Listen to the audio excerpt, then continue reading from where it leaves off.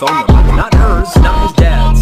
Just the emergency number. He asked her, whose number is this? If something bad ever happens and I'm not here, call this phone number. That was it. No explanation. So every week he would test himself, mouth the number silently in the meeting. He would write it over and over again in notebooks. It became this quiet obsession with us. Like, he couldn't stop thinking that one day he was gonna have to remember this number. Years passed, never called it until one day in college. It just hit him.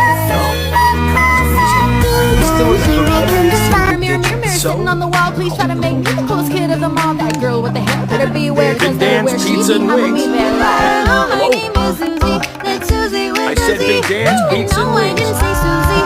Originality.